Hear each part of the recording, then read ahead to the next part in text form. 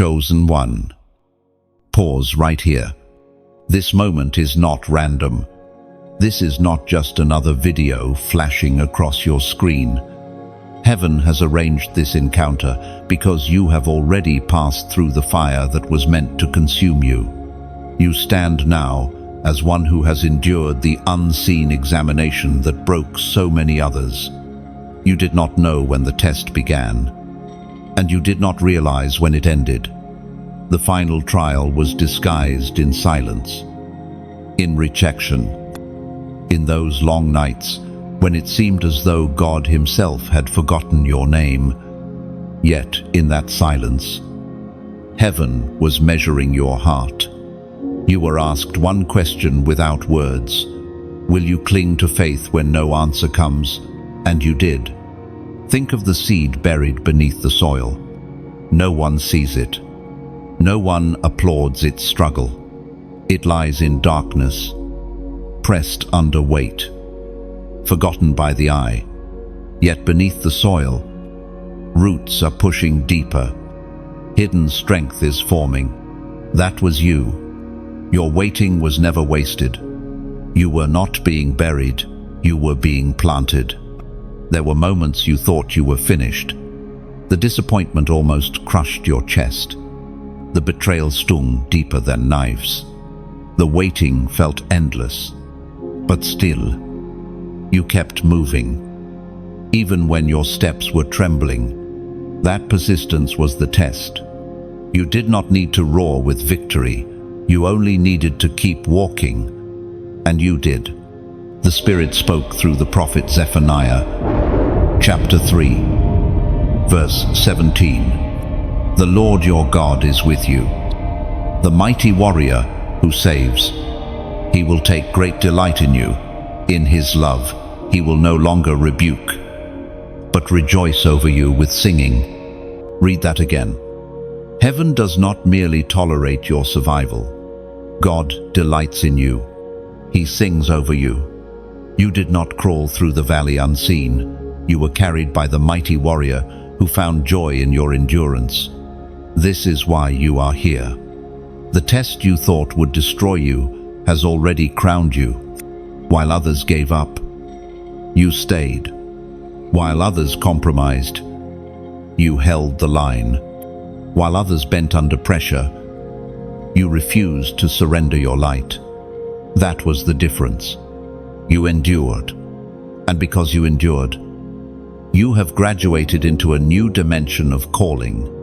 There is a story of a chosen one who once walked this same hidden road.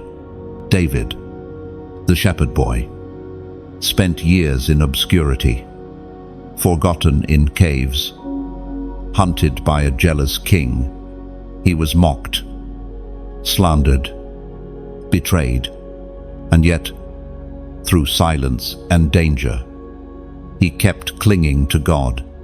His caves were his classroom. His tears were his training.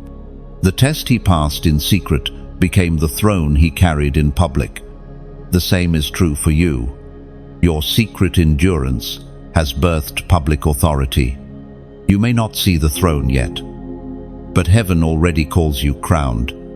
The weight you carried in silence has become the weapon you now wield in the Spirit. What nearly killed you has become the proof that nothing can break you. Hear this clearly. The wilderness is closing. The doorway of destiny is opening. The atmosphere around you is shifting. Some relationships have ended suddenly. Some paths have closed without explanation. Because God is aligning you with your next assignment. What once felt like loss is in truth a divine rearrangement. You are being positioned. And yes, the enemy is furious. He expected you to collapse. He thought despair would drown you. He was convinced you would trade your destiny for a counterfeit comfort. But your survival embarrassed him. You stand now as a living contradiction to his schemes. So I tell you, lift your head. Do not downplay what heaven has declared.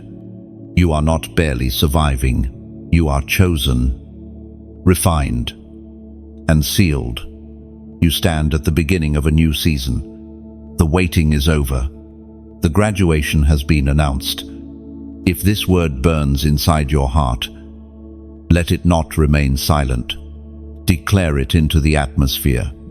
Comment the number 777 as a sign of agreement. A prophetic act declaring, I have passed. I step into my crown. Share this with someone who may be wandering through their own hidden test.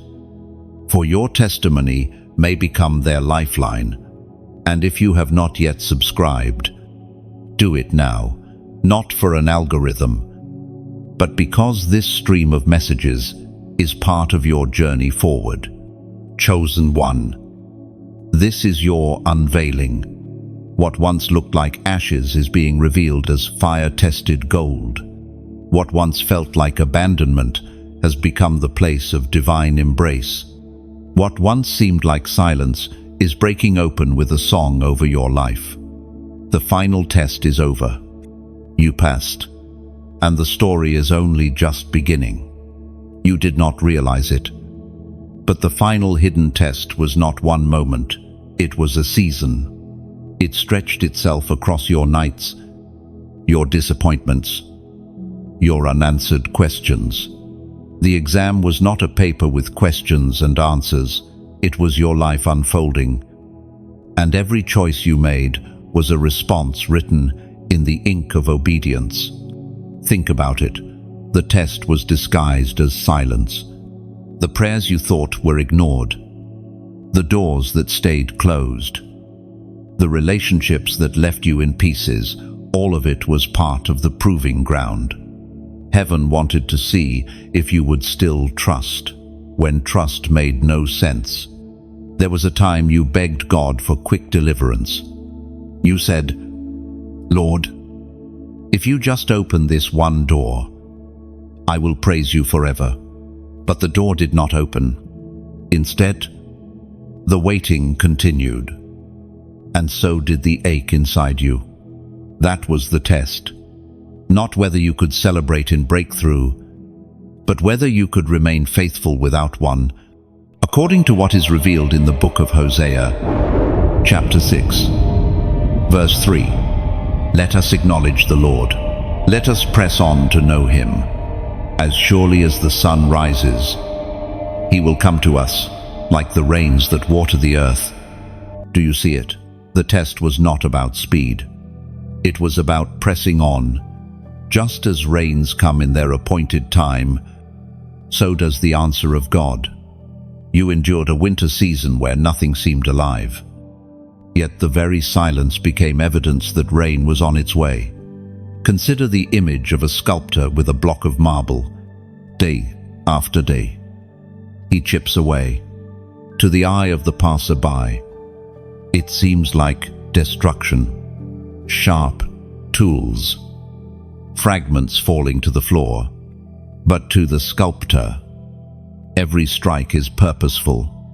He sees what no one else sees, the masterpiece hidden within. Your struggles, your losses, your unanswered cries, they were the chisels in the hand of the sculptor.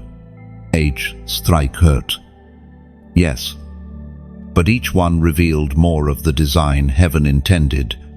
The hidden test also showed itself in how you responded to rejection. There were people you thought would walk with you forever, but they turned away. Some mocked you, some used you, others simply disappeared. It wasn't punishment, it was pruning. Heaven wanted to see if you would anchor yourself in divine approval when human applause disappeared. And you did. You stood alone, and yet not truly alone. Remember those nights when you felt invisible? You wondered if God saw you, if anyone did. That was the refining fire. The test asked, will you keep shining even when no one is looking? And you did. That hidden endurance has made you unshakable. This is why the hidden test is the final test, because the hidden proves the heart. Public battles are loud, visible, dramatic, But the silent trials are quiet crucibles. No one is watching. No one is clapping. And yet you are being measured. That was the valley you walked. That was the cave you endured. And still, you chose faith. Still, you chose prayer. Still, you chose to stand. That choice is the proof that you passed. Do you understand the weight of this? The kingdom of darkness watched, expecting you to collapse. Heaven observed. Knowing the strength already planted inside you, your persistence became a declaration, though he slay me, yet will I trust him. The hidden test revealed a faith that is not shallow, not borrowed, not dependent on blessings. It is yours, rooted deep, forged in fire. So now the season shifts, not because everything suddenly becomes easy, but because the hidden test is complete. You no longer need to prove your endurance. You have already proven it. From this point forward, you walk with a mark that sets you apart. Heaven knows it. Hell knows it. And soon, you will see it reflected in the opportunities, connections, and shifts that begin to unfold before you. But for now, pause and let this truth sink in. You are not standing where you are by accident. Every delay had purpose. Every heartbreak had weight. Every silence carried meaning. It was the final test. And you passed. So let your heart rest. The test is not repeating. You are not about to be dragged through the same valley again. The chapter has closed. And what lies ahead will not mirror what lies behind. You may still carry scars, but those scars are evidence of survival, not symbols of defeat. They remind you of where you have been and whisper of where you are going into a season that recognizes the strength already proven within you. The watchers saw you, not the people around you, but heaven and hell alike. Every decision you made when no one was applauding was recorded. Every moment you refused to bow to discouragement was seen. You thought you were alone. But the test was never hidden from the eyes of eternity. Imaginea courtroom. The heavens seated as witnesses, angels leaning forward, and even the adversary accusing. Your quiet yes to God became thunder in that courtroom. Your whispered prayers shook dimensions. Every time you turned away from compromise, it was not small, it was a declaration before the universe. This is why the unseen matters more than the visible. People applaud the visible victories, the moments when light shines and the crowd claps. But the kingdom of heaven celebrates the unseen moments when you chose faith over fear, purity over temptation, patience over anger. That was your roar, even if the world never heard it. According to what is revealed in the letter of James, chapter 1, verse 12, "Blessed is the one who perseveres under trial, because, having stood the test, that person will receive the crown of life that the Lord has promised to those who love him." Then, do you feel the weight of that promise? Perseverance is not passive, it is war. When you refused to quit, you were fighting back against forces determined to silence you.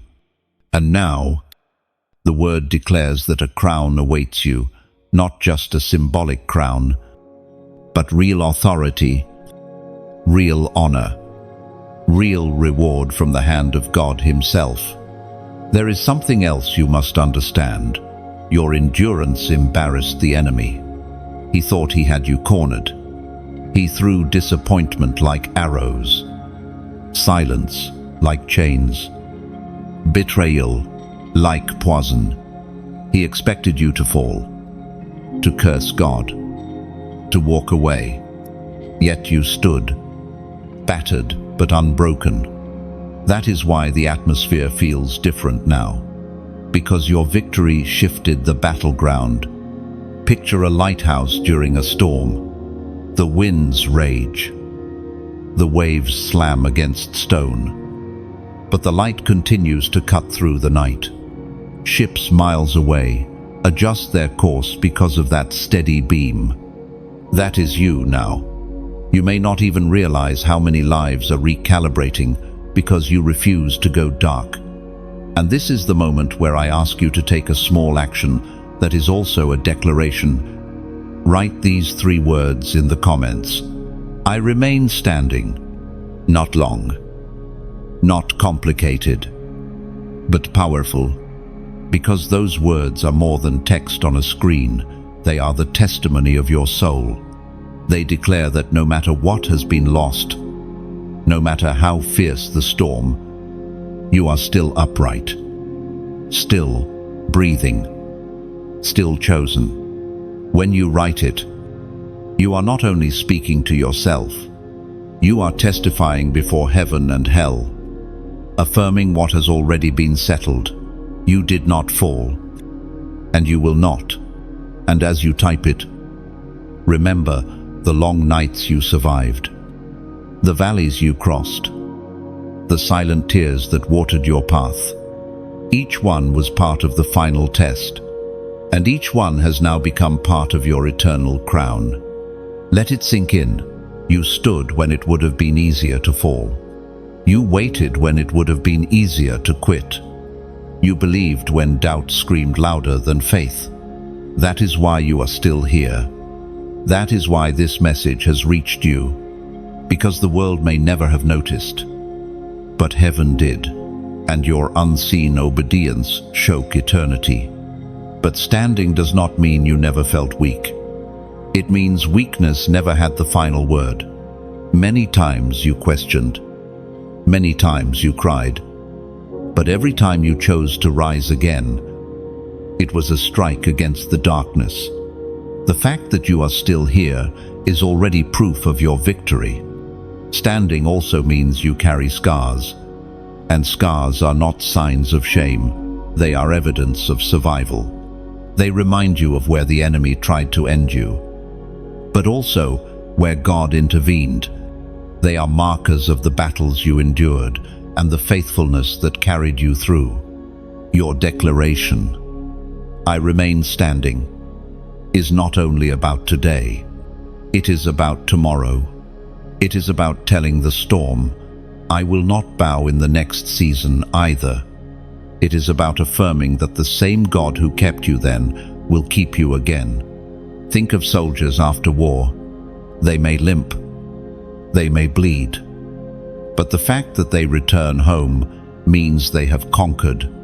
You, too, have returned from your hidden battlefield stronger, wiser, sharper.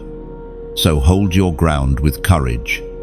You are not standing by accident, you are standing by design.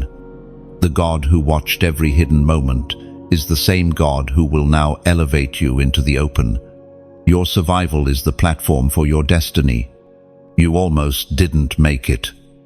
There was a moment, a sharp one, where despair pressed so close, it felt like the air itself was choking you. No sermon, no song, no word from anyone could reach the depth of that pain. In that space, quitting seemed easier than breathing. Yet something inside you whispered, hold on. That whisper was not from your own strength. It was the hand of God, gripping you even when you were too tired to grip him back. This is the narrow escape, a place where you had no more strategies, no more explanations, no more strength left in your bones. You faced the cliff, and you almost stepped off. You almost said, I'm done. But you didn't. You didn't, because your spirit was marked long before your trial began. You didn't, because the breath of God refused to release you. Think of a candle in a storm. The wind lashes. The rain pours. Everything screams that the flame should die. And yet, somehow, it flickers, sways, bends, but never goes out. That was you. You were the flame that should have been extinguished.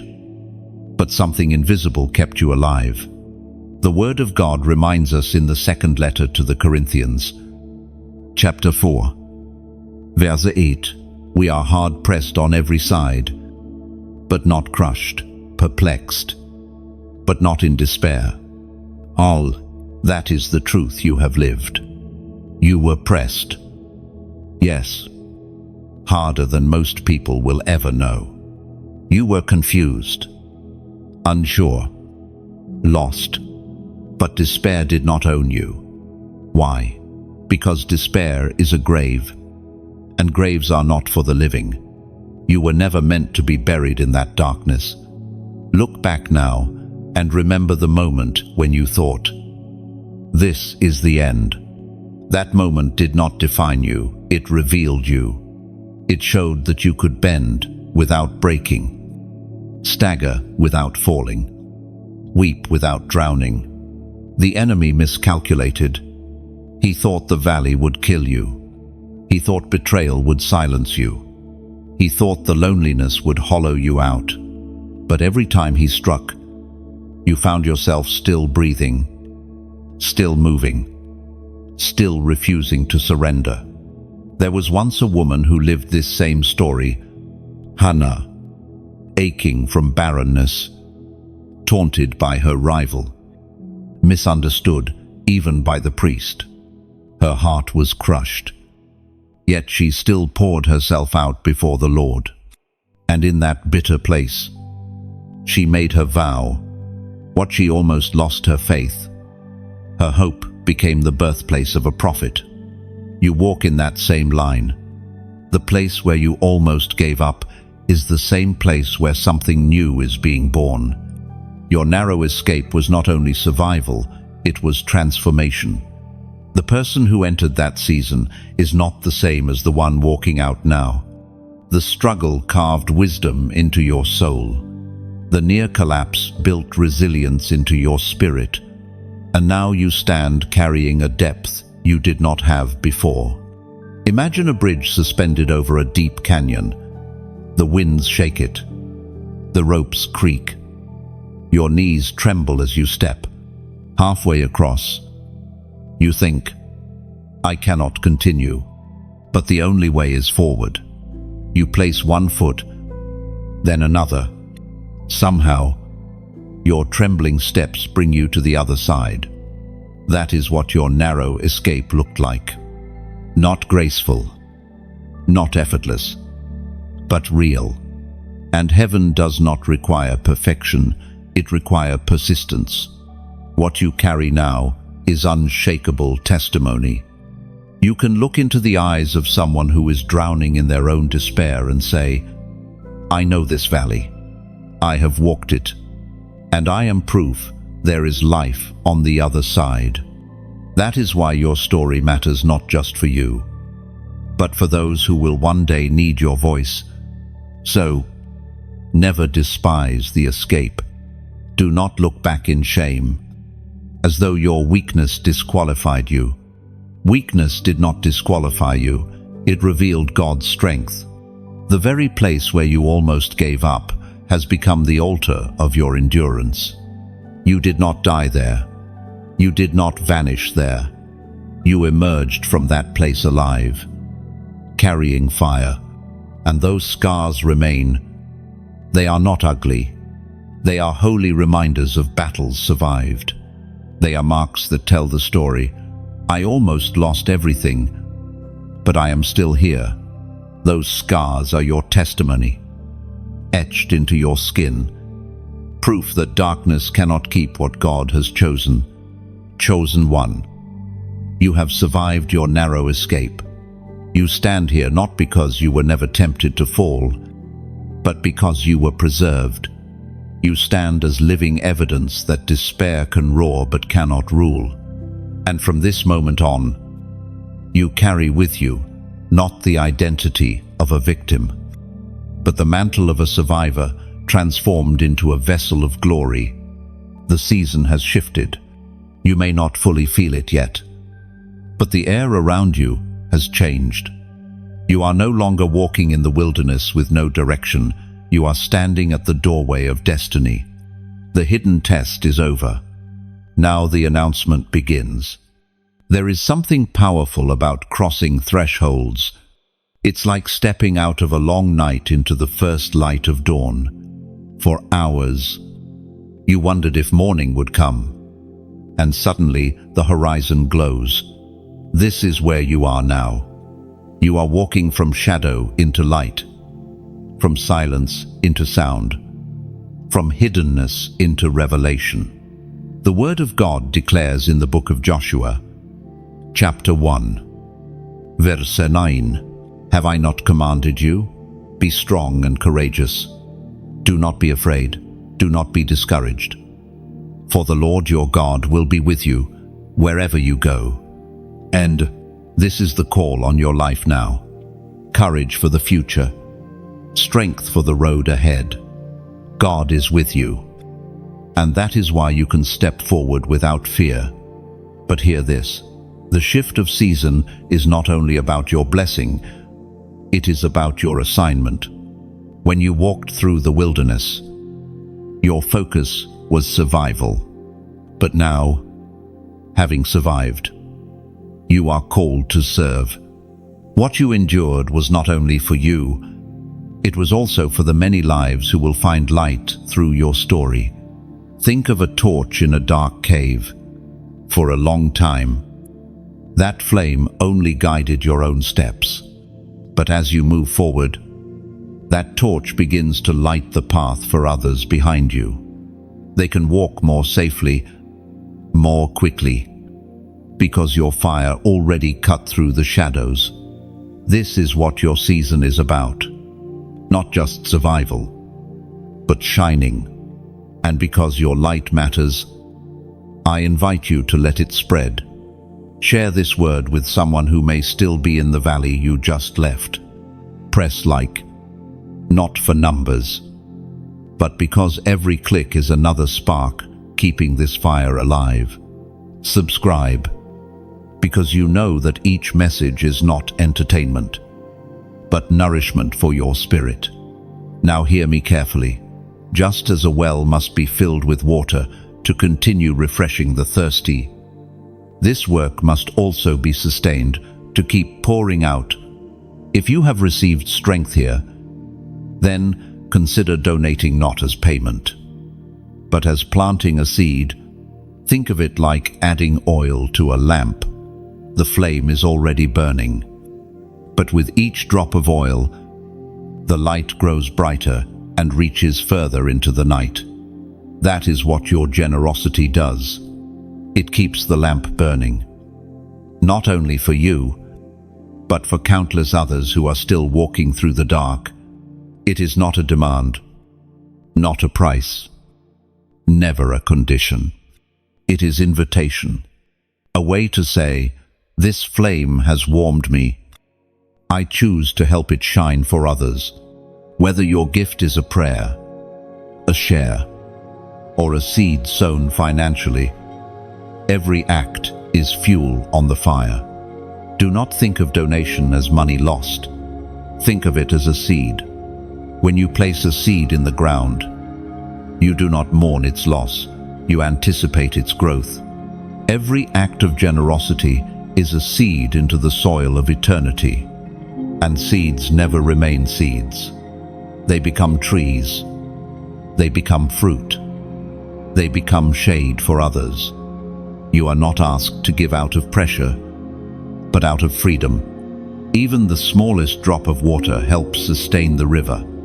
And in truth, your giving is not to a person, but to the purpose, to the ongoing voice that declares light into dark corners of the world.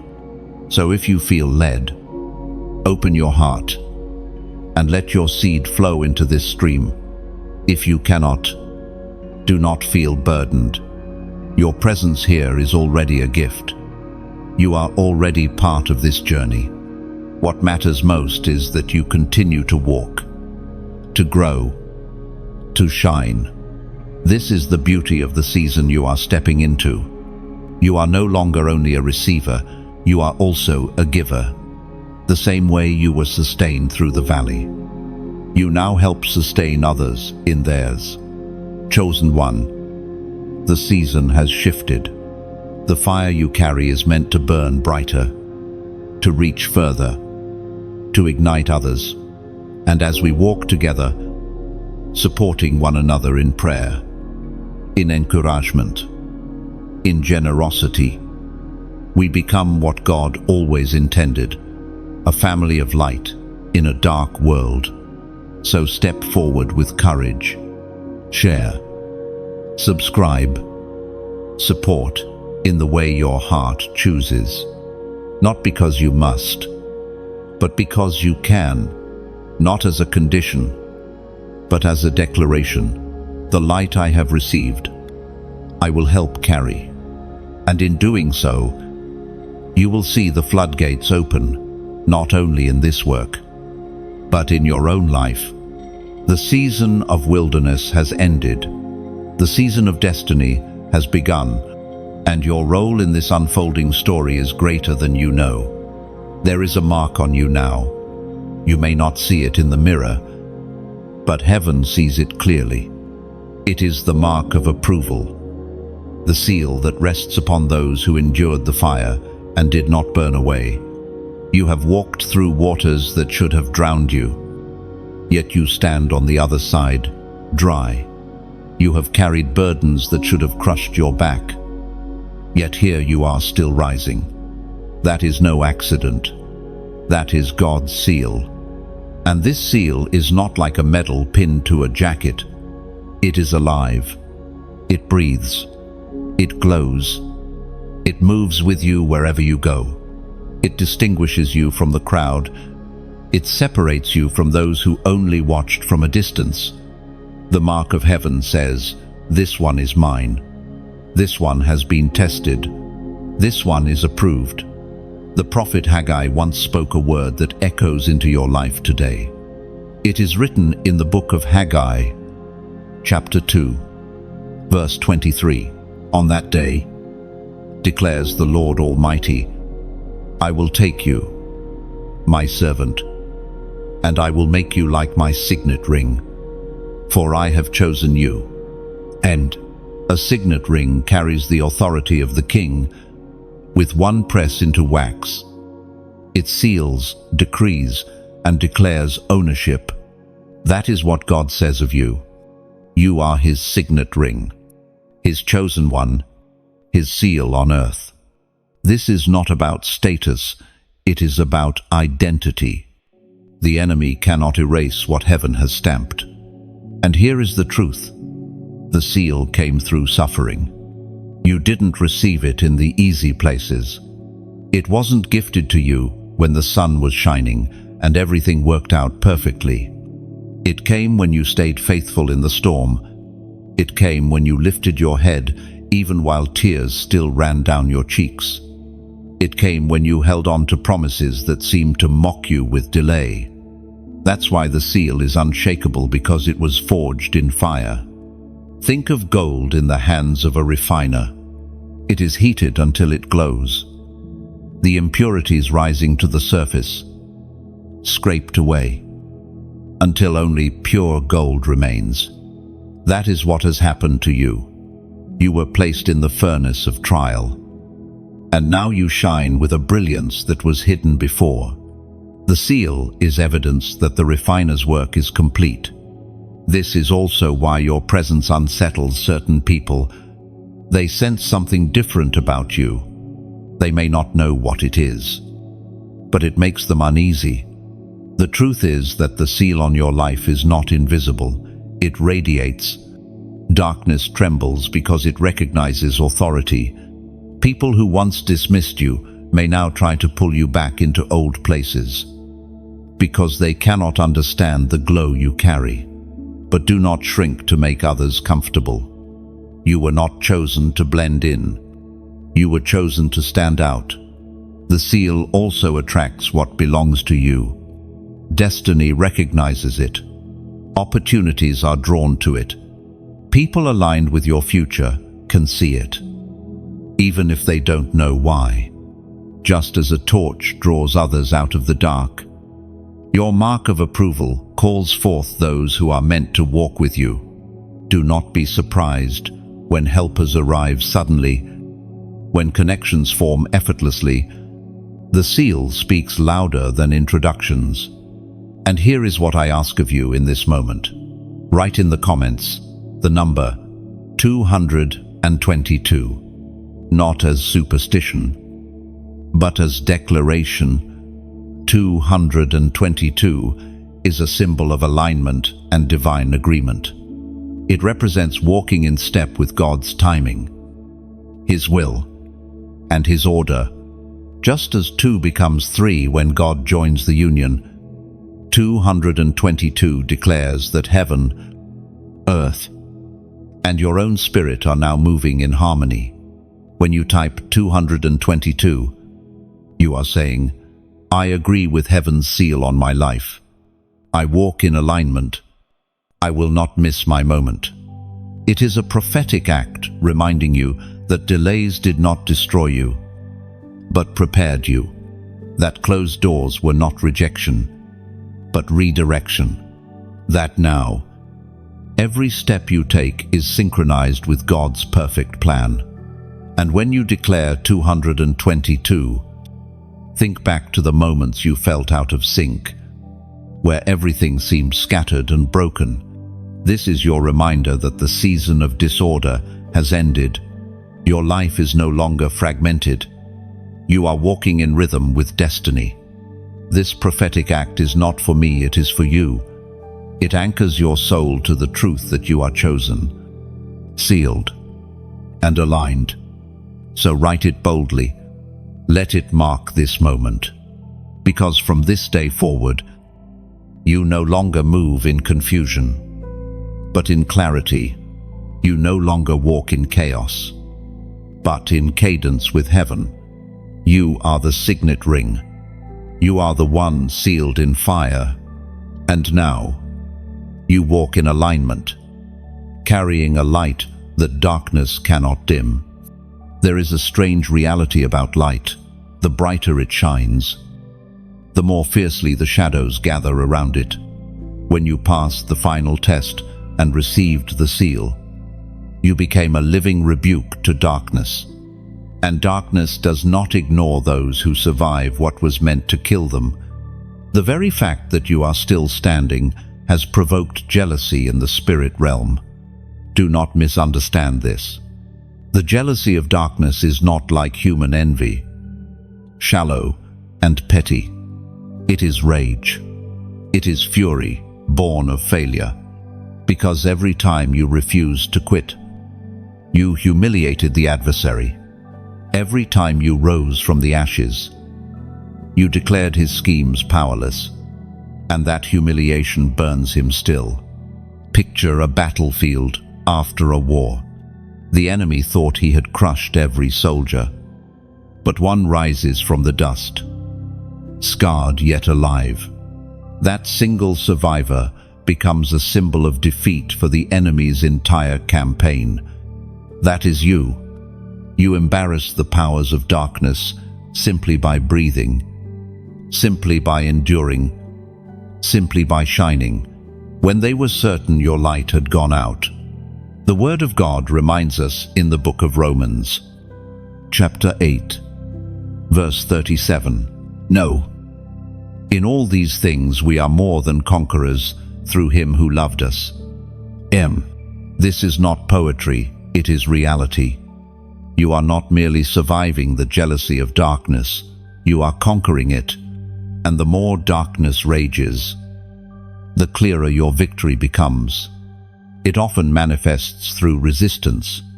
People may begin to misinterpret you, to slander you, to attack you without reason. They do not always know why they do it, but the spiritual realm does. The jealousy of darkness often works through human vessels, trying to discourage you, trying to make you doubt the seal you carry. But understand this: resistance is not proof that you are wrong, it is proof that you are right. The battle comes to those who carry something worth attacking. Think of a precious jewel in the marketplace. Thieves do not waste their time with pebbles, they reach for the treasure. The same is true of your life. You have been marked as treasure, which is why darkness is jealous. The attacks you faced were never random, they were calculated, but ultimately powerless. This jealousy is also why certain doors slammed shut. Not every delay was because of your mistake. Some delays were because darkness tried to block what it knew was coming for you. But what jealousy cannot cancel is destiny. The seal of God speaks louder than opposition. And notice this: the jealousy of darkness is proof of your uniqueness. Have you ever wondered why others seem to escape certain trials easily while you endured the storm longer? It is because you carry more. The enemy does not waste his weapons on those who are already asleep. He reserves his fiercest rage for those who threaten his territory.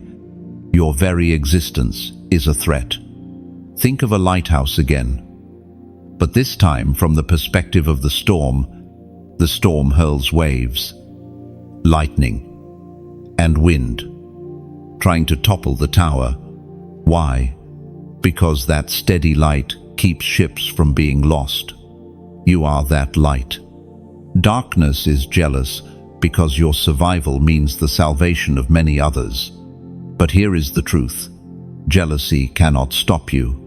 It may scream, it may rage, it may throw obstacles in your path, but it cannot cancel what heaven has sealed. The jealousy of darkness is not a sign of defeat, it is a badge of honor. It means you carry something the adversary cannot replicate, cannot steal, cannot erase. Even now, as you move forward, you may feel resistance rise. Old temptations may try to call you back. Old fears may whisper again. Old critics may appear. Do not interpret this as failure. It is simply the growl of jealousy. Darkness cannot undo your seal, so it tries to intimidate you into stepping back from your light. But let me tell you the greater truth: intimidation is only noise. A roaring lion without teeth cannot devour. The jealousy of darkness is all sound, no substance. You are already declared victorious. You do not need to fight for approval. You carry it. You do not need to prove your worth. You embody it. So, walk boldly. The jealousy of darkness is the shadow to your flame. But shadows cannot extinguish fire. They only prove that a light is shining, and your light, tested in fire, sealed by heaven, now stands as a beacon no rage can overcome. What you carry now is not just survival, it is authority. The nights of endurance, the valleys of silence, the tears nobody saw. They were not wasted. They were the forge where your mantle was awakened. A mantle is more than a garment. It is a covering, a weight of responsibility, and a flow of power that rests upon chosen ones. There was a moment when you thought your battles would break you, but in truth, they were shaping you for this mantle. Just as a blacksmith strikes iron again and again until it becomes a weapon, your hidden struggles have hammered you into a vessel strong enough to carry what others cannot. You did not only survive the fire, you became a torch because of it.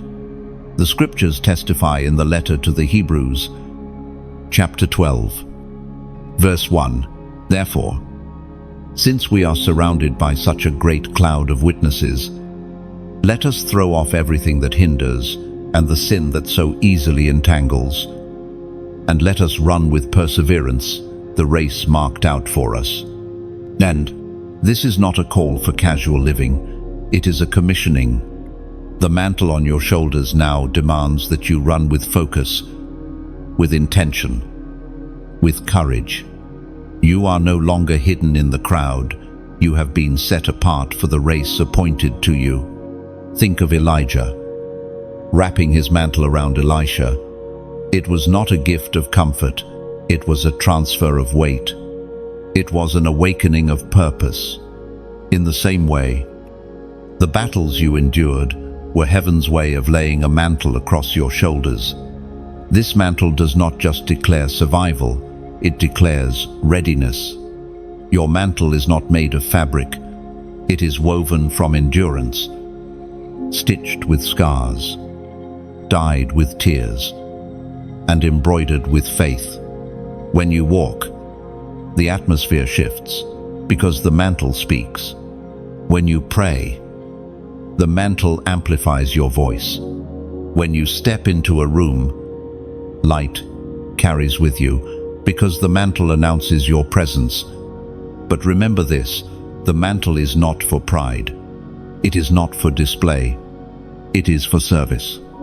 A mantle means you carry something bigger than yourself. You are no longer walking just for you. You walk for those who will follow your steps. Think of a shepherd's cloak. To the eye, it looks ordinary, but it carries the scent of the fields, the marks of storms, the warmth of nights spent with the flock. It is not fancy, but it is functional. Your mantle is the same.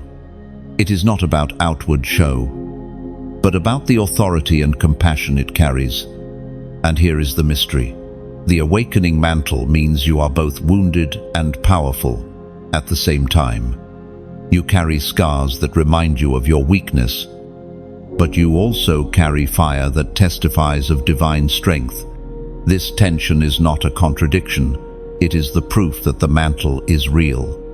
Heaven entrusts mantles to those who know what brokenness feels like, because they will not misuse power for themselves.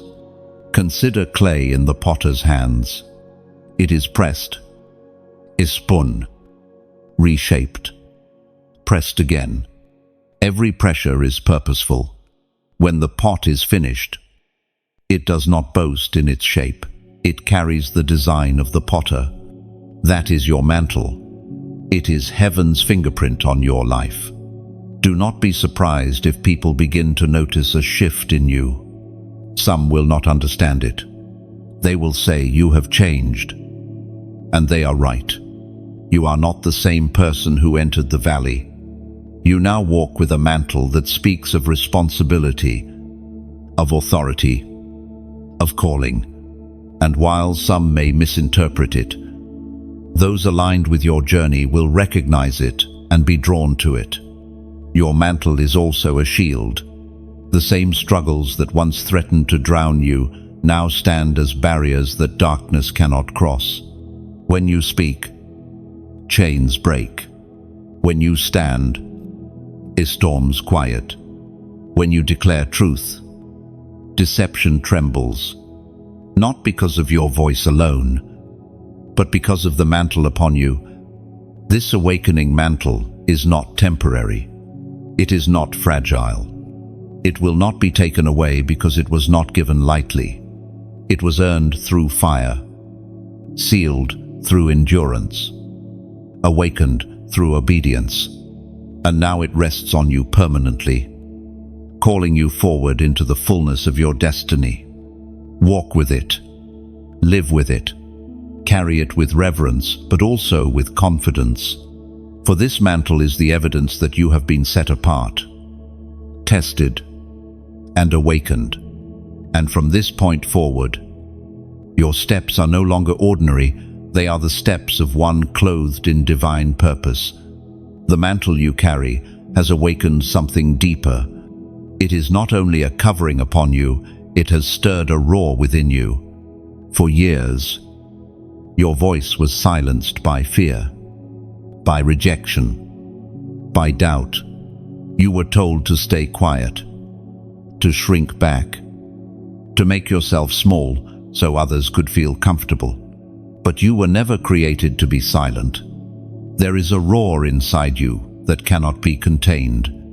Think of a lion long kept in a cage. It paces, restless, its strength suppressed.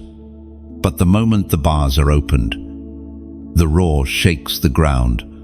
That roar is not merely noise, it is the declaration of identity. Lions roar to mark their territory, to tell the wilderness, "This is mine." The roar within you is heaven's way of saying, "You belong here. You have authority here. You are chosen to speak where others remain silent." The Word of God declares in the book of Jeremiah, chapter 20, verse 9, "But if I say, I will not mention his word or speak in his name, his word is like a fire, shut up in my bones." This is your truth now. The fire within you cannot remain contained. You tried to stay quiet. You tried to move unnoticed. But the roar rises anyway. It rises when you pray, when you speak, when you simply step into a place and darkness begins to tremble. And here is where I ask you to declare it openly. Write in the comments these 3 words, "I will roar." Len, not a suggestion, not a whisper, but a proclamation. "I will roar" means you refuse to mute the fire God placed inside you. It means you acknowledge that silence is no longer an option. It means you are stepping into boldness, into truth, into the authority your journey has earned you. When you type those words, see them as more than letters. They are a key that unlocks the boldness already placed inside you, a key that reminds your spirit, "I do not bow to fear anymore," a key that announces to heaven and hell alike that your voice will not be buried again. The roar within is not anger, it is not rage, it is power, it is authority born of endurance, it is compassion born of scars, it is fire born of tears. When you release it, it will not destroy, it will awaken, it will shake chains loose, open eyes, and ignite the faith of others who still think they are alone. Picture a dry forest suddenly struck by a spark. The silence breaks, and fire spreads rapidly, consuming everything in its path. That is what your roar is like. It is contagious. It carries light and life into every corner it reaches. You may think your voice is small, but heaven has amplified it. You may think your story is ordinary, but the roar proves it is extraordinary. Do not underestimate this roar. It is not about volume, it is about resonance. A whisper under the mantle of God can echo louder than shouts without it.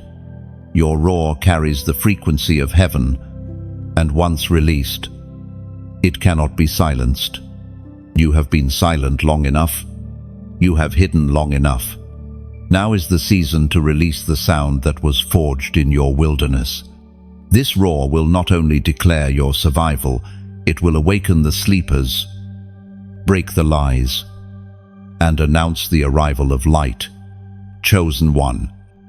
You are not called to be an echo. You are called to be a roar. Step into it. Declare it. And let the world feel the fire that has been shut up in your bones. When you write, "I will roar," you are reminding your own soul that fear no longer has a throne in your life. It is more than motivation. It is a covenant between your spirit and the God who called you. Those 3 words are your line drawn in the sand. You will not retreat into silence again. Typing it is like striking a drum in the middle of a battlefield. The sound reverberates, not only through your life, but into the atmosphere around you. Angels hear it. Darkness fears it. And your own heart remembers the authority already within you. So do not underestimate the act. It may feel simple, but simple acts can carry eternal weight. "I will roar" is not just a phrase, it is your awakening, your commitment, your declaration that the fire inside will speak. The battlefield has shifted. You can feel it in the air around you. What once pressed against you in silence has now turned into open resistance. But understand this: the shift of the battlefield is not a sign that you are losing ground. It is proof that you have advanced. Enemies do not fight those standing still. They rise against those who are moving forward. Think of a traveler climbing a mountain. At the base, the path is wide. The air is easy to breathe, and the climb feels light. But the higher you go, the thinner the air, the steeper the rocks, and the fiercer the winds. The mountain does not grow harder to punish you, it grows harder because you are rising. The battlefield has shifted because you are no longer in the valley. You are ascending toward the summit. The Word of God reminds us in the second letter to the Corinthians, chapter 10, verse 4. "The weapons we fight with are not of the world. On the contrary, they have divine power to demolish strongholds." This is why you cannot fight with fear, bitterness, or despair. Your weapons are not carnal. They are sharper than swords, stronger than walls, more powerful than arrows. They are faith, prayer, endurance, and the fire of God's word. These weapons never dull, never rust, and never miss their mark. But let me speak plainly. Battles take energy. Warriors do not fight alone. Even the strongest soldier must eat, must drink, must rest, must be supplied. You cannot wage war in emptiness. You must remain connected to the source of strength. That is why community matters. That is why partnership matters. That is why sharing this word, supporting this mission, and standing together matters. Press like if this message has reminded you of your own weapons. Share this word if you know someone else fighting quietly in their own battle. Subscribe so that you remain part of a stream of encouragement that equips you for every season ahead. And now, let me speak to your heart about something deeper. The truth is, this work, this flow of words, this pouring out of encouragement is like a fire on an altar. But fires do not burn forever without wood. Just as a lamp does not shine without oil, this voice does not continue without support. If this light has warmed your soul, I ask you to consider donating, not as a duty, but as a gift, not as something demanded, but as something freely chosen. Think of it like dropping a piece of wood on the altar. Ach Gift. Each seed keeps the fire alive, not just for you, but for the thousands who will come after you, still stumbling in the dark. Imagine a lighthouse by the sea. Its light stretches miles into the storm, guiding ships to safety. But someone must keep its lamp trimmed, its oil filled, its windows clear. Without care, the light would dim, and sailors would be lost. This mission is that lighthouse. Your generosity is the oil, the upkeep, the care that ensures the light never goes out. And do not think of your giving as loss. Think of it as planting. A farmer does not cry when dropping seeds into the ground. He smiles because he knows a harvest is coming. What you sow into light returns to you in ways unseen, in peace, in clarity, in strength, in unexpected doors opening. Still, hear this clearly. It is never forced. You are not less faithful if you cannot give. Your presence here already matters deeply, but for those whose hearts are stirred, giving is not about paying, it is about partnering. It is about saying, "This flame has guided me. I choose to help it guide others." Oh, the battlefield has shifted. Yes, but the outcome is already secure. You are armed with weapons that cannot fail. You are surrounded by a family of light that stands together, and you are sustained by the God who has never lost a battle. So step forward with courage. Share, like, subscribe, or give as your heart chooses. Every act of support, big or small, is another reminder that you are not fighting alone, that the fire will keep burning, that the light will keep reaching into the darkest places.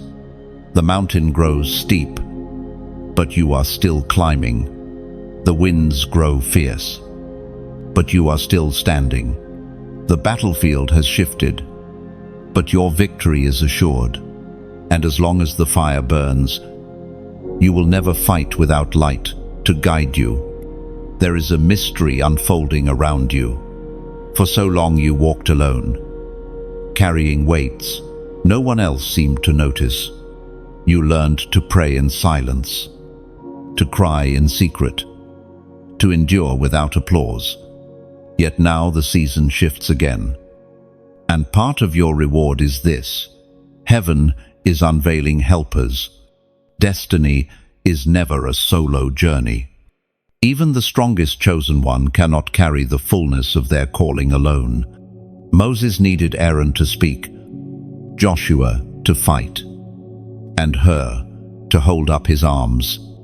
David needed Jonathan to strengthen him when Saul's jealousy raged. Even Jesus had Simon of Cyrene step in to carry his cross when his body faltered under the weight.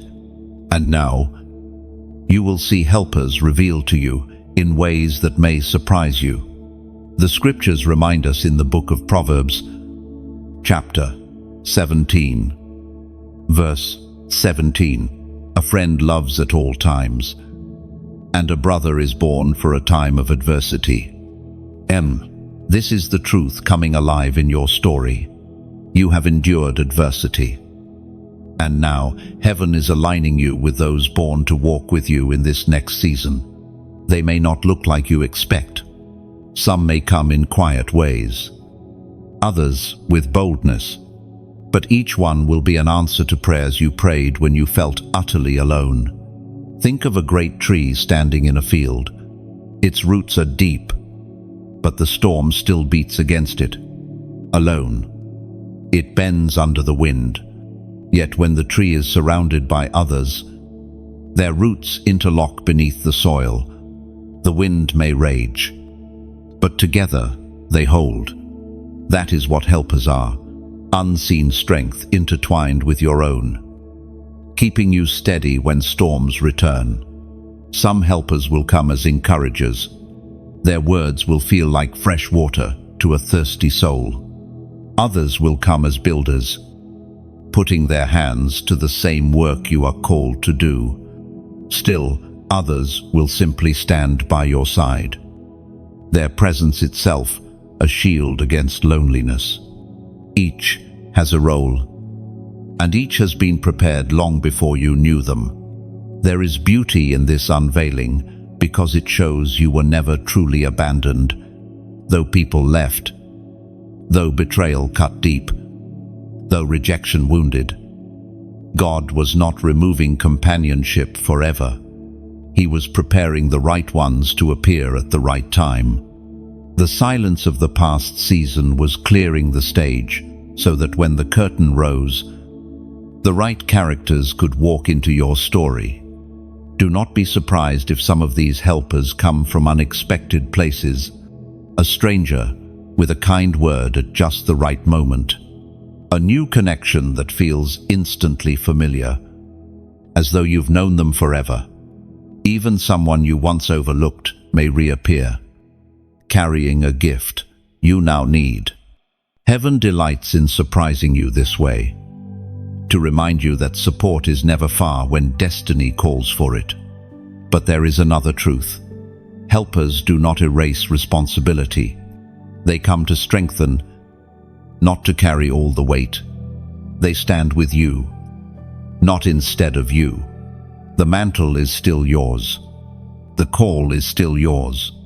Yet with helpers, the load feels lighter, the path less lonely, the battle less overwhelming.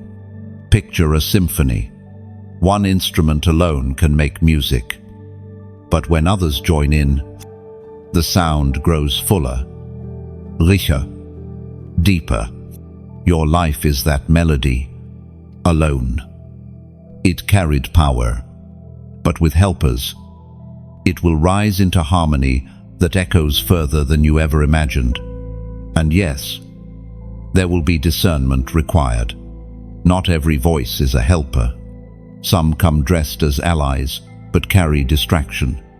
That is why the seal you carry also brings clarity. You will feel peace with true helpers, even if their presence is new. And you will sense dissonance with those not sent, no matter how appealing they appear. Trust that discernment. It is heaven's way of keeping your circle pure. Chosen one. Take courage. You will no longer walk only by yourself. The time of total solitude is ending. The unveiling has begun. And heaven is aligning you with those who will strengthen your arms, steady your steps, and lift your heart. Some will encourage you in words. Some will fight beside you in action. Some will simply stand quietly at your side. But all will be proof that you were never meant to carry destiny alone. And when these helpers arrive, do not question whether you deserve them. Their presence is not a reward for perfection, but a gift of grace. God sends them because He knows even the strongest need shoulders beside them. So welcome them with humility. Honor their role. And remember, helpers are not a replacement for God's presence, but confirmation of it. There is a crown awaiting you. It is not made of metal or jewels, but of glory, of honor, of divine reward for the endurance you have shown. Every step through the wilderness, every tear shed in silence, every prayer whispered through trembling lips has been stored in heaven's account. And nothing endured for God is ever forgotten. For a long time, you wondered if it was worth it. You questioned whether the waiting would ever end, whether the battles would ever ease, whether the loneliness had any meaning at all. But the truth is, each moment was weaving the fabric of your eternal reward. The crown is not only for the life to come, it begins to manifest even now in authority, in favor, in peace that surpasses understanding. We are reminded through the writings of David in the Psalms, chapter 65, verse 11. You crown the year with your bounty, and your carts overflow with abundance. And this is not merely poetry, it is prophecy. It tells you that the crown is not abstract, but tangible. The reward is not delayed endlessly, but begins to show itself in this very season. Just as the harvest cart overflows, so your life will begin to overflow. Consider this: a farmer works for months in silence. He tills the ground, plants the seeds, pulls the weeds, and waters the soil, day after day. There is no visible result, but then the season changes. The ground begins to break open, and what once seemed buried begins to multiply. That is your story. You are stepping into the harvest of seeds sown in hidden pain. The crown awaiting you is not only about abundance, it is about recognition. Heaven recognizes you. Angels recognize you. Even the earth will recognize you, aligning itself with the call on your life. Where doors once shut, they will begin to swing open. Where you once had to knock, doors will open before you arrive.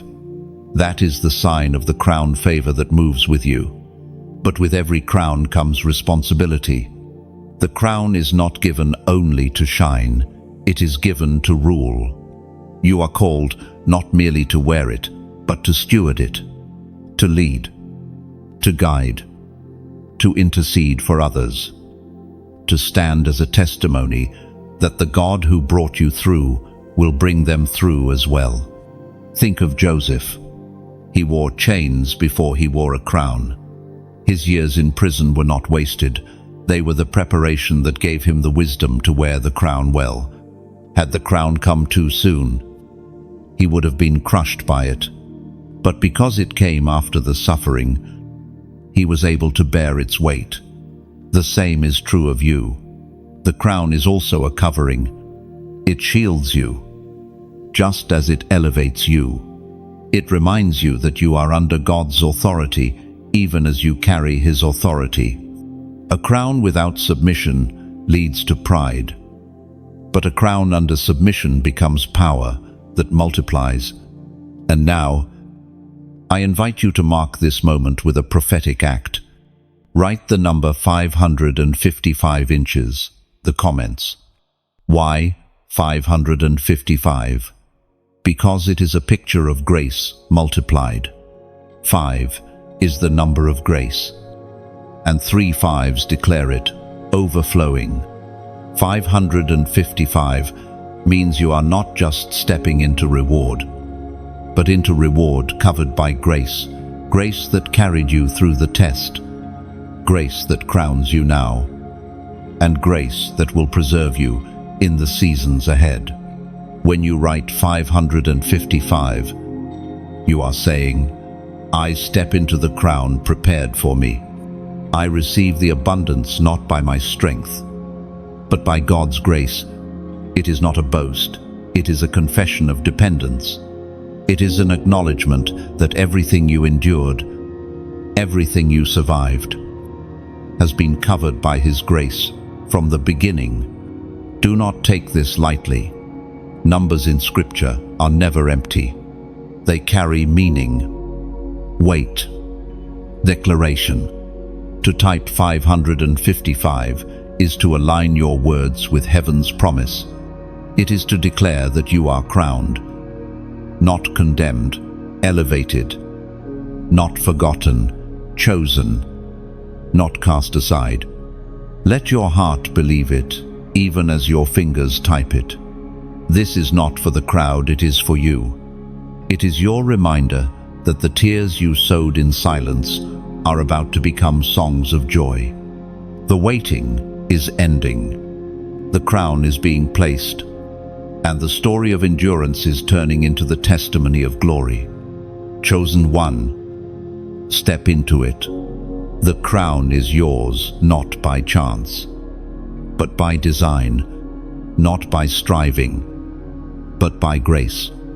And as you wear it, remember the valley you crossed, because it was that valley that shaped you to bear the weight of the crown. The crown is not the end. It is the beginning of a new weight. With greater glory comes greater responsibility. To be chosen is not only to be celebrated, it is to be trusted with assignments heavier than most could carry. Heaven crowns you not only to honor you, but to entrust you. You may feel this shift already. A restlessness in your spirit, a sense that the days of hiding are over and the time of action has begun. It is not a burden meant to crush you, but it is a weight meant to shape you. To whom much is given, much is required. The crown is proof you have been given much. And now, responsibility rises to meet you. The Apostle Paul wrote in his letter to the Romans, chapter 12, verse 1, Therefore, I urge you, brothers and sisters, in view of God's mercy, to offer your bodies as a living sacrifice, holy and pleasing to God. This is your true and proper worship. End of 2. This verse reveals the heart of rising responsibility. It is not about performance or perfection. It is about surrender. You are called to offer yourself, not in part, but in whole. Not occasionally, but daily. The responsibility is not measured in applause, but in obedience. Think of a soldier who receives new rank. With promotion comes not just honor, but duty. The higher the rank, the greater the expectation. Decisions weigh heavier, accountability deepens, and vigilance becomes constant. The same is true of you. Heaven has entrusted you with a higher mantle, and with it comes the responsibility to live as one marked by God. Your rising responsibility includes stewarding your voice. The roar that has been awakened is not for careless words, but for purposeful declarations. You can no longer speak like you did before. Your words carry weight, and they will either build or break. This means responsibility calls you to guard your tongue, to let truth and wisdom guide what comes out of your mouth. It also includes stewarding your influence. People are watching you now, even quietly, even from a distance. They are measuring the God you serve by the life you live. This is not to burden you with pressure, but to remind you of the honor of representation. You are an ambassador of the kingdom, clothed in humility, yet carrying authority. The rising responsibility also means you are called to intercede for others. Your scars are not just for your memory, they are for your ministry. Because you know what despair feels like. You can pray for the broken with compassion. Because you know what silence feels like. You can carry others through their own wilderness. Intercession is part of the crown. It is not optional, it is essential. Imagine a bridge stretched across a deep chasm. You have walked across it yourself, trembling with fear, certain it might collapse. But it held, and now you carry the responsibility to guide others across to reassure them, to walk with them. You are not called to keep the bridge for yourself. You are called to lead others across. Responsibility also means resisting the temptation of pride. With the crown comes visibility. With visibility comes influence. And with influence comes the subtle temptation to believe the story is about you. But it is not. The story is always about the one who crowned you, the one who sustained you, the one who called you. Responsibility calls you to stay low. Even while you are lifted high, this weight will stretch you, but it will also grow you, just as lifting heavier weights builds stronger muscles. Carrying heavier responsibility builds deeper character. You will feel it in moments where you want to retreat, where you long for the simpler days of obscurity. But those days are behind you. You have been entrusted with more, and heaven trusts you to carry it. And here is the comfort. Responsibility does not rest on your strength alone. The Spirit of God empowers you to carry what you could never carry on your own. You will feel stretched, but you will also feel sustained. You will feel the weight, but you will also feel the wind of grace lifting you. Chosen one. The rising responsibility is not punishment. It is promotion. It is the Father saying, I can trust you now. You have been faithful in the small. Now I entrust you with more. Do not shrink back. Do not doubt yourself. You were prepared for this. Every valley, every battle, every hidden test was shaping you to carry this responsibility with strength and with humility. Chains have followed your family line, invisible to the eye but heavy on the soul. They wrapped around generations before you, patterns repeated, cycles of brokenness, cycles of silence, cycles of stumbling just before the breakthrough. What seemed like normal life was in truth bondage chains forged long before you were born. But here you stand, and something has shifted. You are the one chosen to break them. The battles you faced were never only about you. That is why they felt so heavy, why the storms seemed so unreasonable.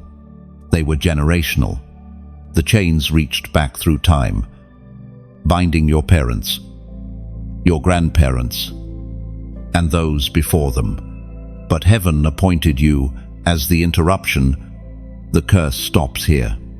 The weight that crushed those before you will not crush you, nor will it crush those who come after you. The prophet Isaiah declared this long ago in the book of Isaiah, chapter 10, verse 27. In that day their burden will be lifted from your shoulders, their yoke from your neck. The yoke will be broken because you have grown so fat.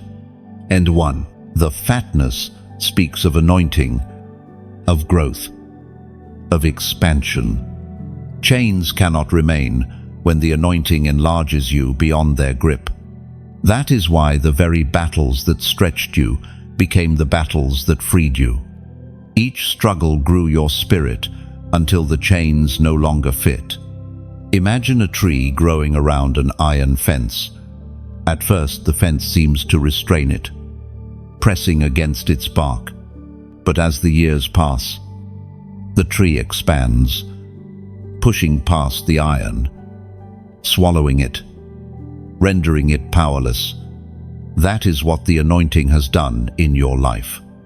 The chains tried to hold, but your growth made them break. Breaking chains is not loud, it is decisive. Sometimes it feels like a quiet snap in the unseen realm, a shift in atmosphere, a weight suddenly missing from your shoulders. Other times it is fierce, like shackles falling to the ground with a clang. Either way, the outcome is the same: freedom, and freedom is contagious. When chains break on you, they break for those connected to you. Children, siblings, even friends will begin to walk in liberties they did not labor for because you bore the fight. The bloodline bends toward blessing because you stood and endured. Your decision not to bow in despair was not only survival, it was deliverance for many. Think of Paul and Silas in prison. Their chains fell not only when they sang, but the chains of every prisoner around them also fell. That is the power of your endurance, the sound of your praise, the persistence of your faith. The roar within you, it shakes foundations and looses others who never expected freedom. The breaking of chains also explains the intensity of resistance. The enemy does not fight those who remain enslaved. He fights those who threaten to set captives free. The storms you endured were not punishment. They were proof that your life carried generational weight. Darkness trembled at the thought of you breaking what had stood for centuries. But here is the truth. The chains are broken. What bound others no longer binds you. Where fear ruled, faith now reigns. Where silence suffocated, your roar has broken through. Where patterns repeated, your story turns a new page. You are not condemned to live what others lived. You are not destined to repeat cycles that drained your family line. The curse stops here, and blessing begins. Picture a bird that has lived its whole life in a cage. The door is opened, but at first it hesitates. It has known only limits, only bars. Freedom feels strange. But once it stretches its wings, It realizes the sky was waiting all along. That is you now. You are free. But freedom requires courage. You must believe the cage is no longer your home. Freedom is not the absence of battles, it is the presence of authority. You may still face resistance, but the chains cannot return unless you bow to them. The anointing has enlarged you beyond their reach. You walk now in a liberty purchased by your perseverance, sealed by your scars, and confirmed by heaven itself. Chosen one. The breaking of chains is complete. Generational patterns are interrupted. Old curses are shattered. The atmosphere shifts not only for you, but for those who walk after you. You are not bound. You are not small. You are not limited. The shackles lie broken at your feet, and the path ahead is open wide. Step into it boldly. Do not look back at the broken metal behind you. The sound of falling chains is not your future, it is the echo of your past. There comes a moment when silence is no longer enough. A moment when those who have endured must step forward. Not hidden, not hesitant, but bold. That is the trumpet call. Heaven is sounding it now over your life. You did not come this far to stay quiet. You did not pass the final test to disappear back into the shadows. You were chosen to rise, to awaken others, to call forth light where darkness still reigns. A trumpet is never soft. It cuts through noise. It awakens sleepers. It rallies warriors. And that is what your voice is becoming. It is not simply words, it is a sound that gathers, that stirs, that commands attention. Just as trumpets called Israel to march around Jericho until the walls fell, your sound will cause barriers to tremble and collapse. The scriptures remind us in the first letter to the Corinthians, chapter 14, verse 8, "For if the trumpet gives an uncertain sound, who shall prepare himself to the battle?" Your trumpet cannot be uncertain. You are called to sound with conviction, to declare with strength, to live with a boldness that prepares others for the battle of their own lives. The trumpet call is not only about you, it is about those whose destinies are tied to your courage. Think of a lighthouse on a stormy shore. Its beam is not meant to entertain, it is meant to save. Ships in the night depend on its clarity. If the light flickers, lives are lost. In the same way, your sound matters. Your presence matters. Your boldness matters. When you speak, when you stand, when you shine, others adjust their course. And now, let me place before you a beautiful invitation. Just as a trumpet needs breath, this mission needs breath. Every word spoken, every light carried forward, is sustained by the shared breath of those who choose to stand together. Press like as your way of sounding the trumpet, an echo saying, "This message must carry further." Share this word as if you are handing the trumpet to another hand, letting them blow courage into their own valley. Subscribe to remain part of the circle of warriors who refuse to lay their trumpets down. And yes, I will speak gently, but truthfully, every fire requires wood. Every lamp requires oil. Every trumpet requires breath. If you have been strengthened here, I invite you to donate, not as payment, not as pressure, but as participation. Think of it like pouring oil into the lamp so the flame burns brighter, or like adding wood to a fire so its warmth reaches more hearts in the cold. Generosity is never about loss, it is about multiplication. One seed dropped into the earth becomes many stalks, many grains, a harvest beyond its size. Your gift is like that seed. What you release becomes a ripple, reaching people you may never meet, saving souls you may never know, strengthening lives you may never touch directly. Picture this: a trumpet lifted on a battlefield, one soldier's sound reaching across an entire army. But what if the trumpet is cracked? The breath too faint, the sound too small, the army stumbles. But when many join, when breath becomes collective, the sound roars across valleys and mountains. That is what happens when you stand, share, support. And if this word has stirred the fire in you, let your voice be part of this sound. Leave a simple comment below. I hear the call. It is not just text, it is your agreement with heaven's trumpet. When you write it, you are joining the symphony, declaring, I will not be silent when my generation needs a sound. Understand this clearly. You are never forced. This is not a demand. It is invitation. It is a chance to say, this trumpet has awakened me, and I will help it awaken others. Whether you do it with a like, a share, a prayer, a comment, or a financial seed, every action is voluntary, beautiful, and eternal. So let this be the moment.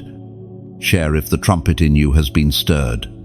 Press like if you want this sound to carry farther. Subscribe if you choose to stay aligned with this movement of awakening. Donate if your heart longs to place oil on the flame so that others might find their way home. Chosen one, the trumpet is in your hand. Do not hold it silently. Lift it, sound it, and watch as walls fall, chains break, and others awaken to their own calling, because you chose to roar when the time came. The horizon before you is not dim, it is radiant. For so long, your vision was clouded by storms, your steps slowed by weights, your nights heavy with silence. But now, the future unfolding before you glows with a light that does not fade. You are no longer walking toward uncertainty. You are walking into clarity. The season ahead carries acceleration, abundance, and beauty. There is a shift in the atmosphere.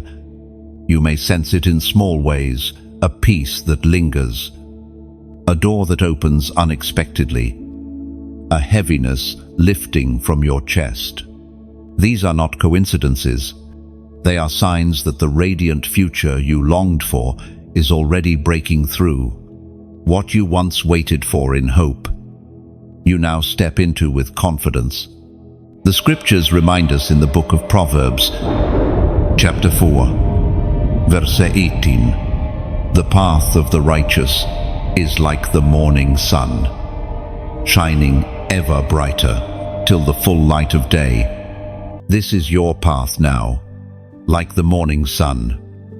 Your future begins in gentle glow, then rises higher, stronger, brighter. The shadows you once feared are retreating behind you. Each step carries you closer to the fullness of light. Think of dawn after a long night. For hours, the earth is wrapped in silence and darkness. The world feels still, heavy, uncertain. But then, on the horizon, a sliver of gold breaks through. Slowly, steadily, the sky transforms. Colors spread, shadows shrink. That is your life in this moment. You are in the first light of a radiant morning, and the sun will not be stopped. This future does not mean you will never face challenges again, but it means challenges will no longer define you. Trials might come, but you will meet them with strength you did not carry before. You will walk with wisdom earned in the valley, and authority forged in fire. Your scars have become your armor. The battles that once threatened to break you have become the very reason you shine now. Picture a river after the floodwaters recede. For a time, the current was violent, tearing through everything in its path. But once the waters settle, the river flows wide and steady, nourishing the land around it. Your future is like that river. The chaos is behind you, and now the flow of your life is steady, purposeful, fruitful. The radiant future also means restoration. What was stolen will be repaid. What was lost will be replaced with more than you imagined. What was broken will be rebuilt stronger than before. Restoration is not about returning to the past. It is about receiving better than what you thought you had lost. Think of Job, who lost everything, yet ended with twice the blessing he began with. His future did not erase his pain, but it proved that God's redemption always exceeds destruction. In the same way, your future is not simply survival, it is overflow. It is more than what was taken, more than what was delayed, more than what was denied. The radiance also rests on your relationships. Those who were not meant for you have faded. Those who will strengthen you are being drawn in. You will find yourself surrounded not by noise, but by alignment. People who reflect the same light, who move in the same direction, who carry the same fire. The days of isolation are giving way to the days of partnership. And do not miss this truth. The radiant future is not only about external blessings, it is about who you are becoming. You are stepping into peace that cannot be shaken, joy that cannot be stolen, and confidence that cannot be uprooted. These are treasures no storm can touch. They are eternal light burning within you, shining outward into every part of your life. Chosen one. The future before you is not fragile. It is secure. It is radiant because it has been written by the hand of the one who never fails. You may still feel the ache of where you have been, but it will not follow you into where you are going.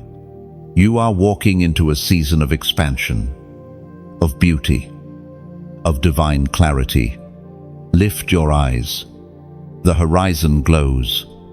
The morning sun rises higher, and your path, once shrouded in shadows, now shines brighter with every step you take into the radiant future prepared for you. And when you doubt, remember this: light does not rush, yet it never fails to rise.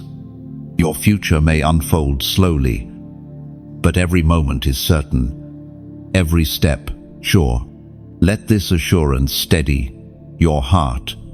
The night is over, the dawn is here, and nothing, no storm, no shadow can dim the radiance prepared for you. The journey you have walked has been long, winding, and often hidden from the eyes of others. Yet heaven has seen every step. What began in struggle has been transformed into testimony. The confirmation of your chosenness does not rest on opinion or applause. It rests on the eternal voice of God. That voice has spoken over you again and again. You are mine. You are chosen. You are sealed. This confirmation is not temporary. It is not fragile. It does not fade with shifting seasons or waver under the weight of doubts. It is eternal. It stretches beyond the trials of this life and anchors you into eternity itself. The battles you faced were real, but their power was temporary. The seal on your life, however, is forever. The scriptures remind us in the book of Revelation, chapter 3, verse 12, The one who is victorious, I will make a pillar in the temple of my God. Never again will they leave it. I will write on them the name of my God and the name of the city of my God, the New Jerusalem, which is coming down out of heaven from my God, and I will also write on them my new name. This is your eternal confirmation. You are not a passerby. You are not a wanderer without identity. You are a pillar in the house of God, immovable, unshakable, carrying His name upon you, even when this world fades. Your confirmation stands in eternity. Think of an ancient monument carved into stone. Centuries of wind, rain, and storms beat against it. But the inscription remains. It may weather, it may crack, but the writing does not vanish. That is your life. Trials may leave scars, but the inscription of God's choice remains. The storms cannot erase it, and time cannot diminish it. The eternal confirmation is also peace. For so long, you wrestled with questions. Am I truly called? Did I fail too many times? Did I miss my chance? But heaven answers with permanence. No failure disqualified you. No delay erased you. No detour voided you. The eternal seal proves that your identity is not based on what you did, but on who called you. This confirmation also brings rest. The striving that once drained you can finally cease. You do not have to scramble for validation, for your worth is already decided. You do not need to chase approval, for heaven has written its yes across your life. This rest does not make you passive, it makes you steady. You no longer run frantically, you walk confidently, anchored in who you are. Picture a tree planted by streams of water, season after season. Storms may pass, droughts may come, but the roots remain. Its leaves do not wither because its source is constant. That is what eternal confirmation looks like. Others may rise and fall with circumstances, but you are rooted. You endure because your source is not in the shifting winds of this world, but in the eternal God who called you. And do not miss this. Eternal confirmation means eternal purpose. The call on your life is not bound to a single season. It stretches across generations. Your yes to God today will ripple into the lives of those who come after you. Your endurance will not only bless your life, it will shape destinies that have not yet been born. That is the magnitude of being chosen. So when you doubt, return to this truth. Eternity itself confirms you. Not the voices of critics, not the shadows of failure, not the weight of silence. The voice that spoke stars into existence is the same voice that called you chosen, and that voice does not change. Chosen one. This is your eternal confirmation. You are marked, sealed, established, and anchored. What you carry will not fade when seasons shift. It will not vanish when storms rage. It will not crumble under time. You are written into eternity itself. And nothing, absolutely nothing, can erase what God has spoken over you. And so, when you stand in tomorrow's battles, let your heart remember this truth. You are not fighting for identity, you are fighting from identity. Eternity has already spoken on your behalf. No matter how fierce the storm, the outcome is already secure. Because the confirmation is not rooted in circumstance, but in God's everlasting decree. Rest in that assurance. Walk with that confidence. You are not temporary. You are not fragile. You are not forgotten. You are eternal, sealed, and chosen. And the confirmation that rests upon you today will still be singing over you in eternity's tomorrow. Chosen one. You have walked the full journey, word by word, step by step. You have crossed from darkness into light. You are not the same one who began. Your scars have become your strength. Your tears have become your testimony, and your silence has become a trumpet. But this story is not meant to end with you. Light is never kept for itself. It spreads. It warms. It awakens. That is why your response matters. Press like as if you are striking a match in the dark, adding your flame to the fire. Share this word as if you are passing a torch to another weary traveler who still needs light for their steps. Subscribe to remain part of this circle of fire bearers, so that your own flame never flickers alone. And if your spirit has truly been stirred, I gently invite you to donate, not as a demand, never as a price, but as the beauty of participation. Think of it as pouring oil into a lamp.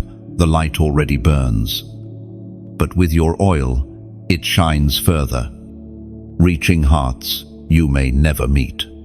Even the smallest drop matters.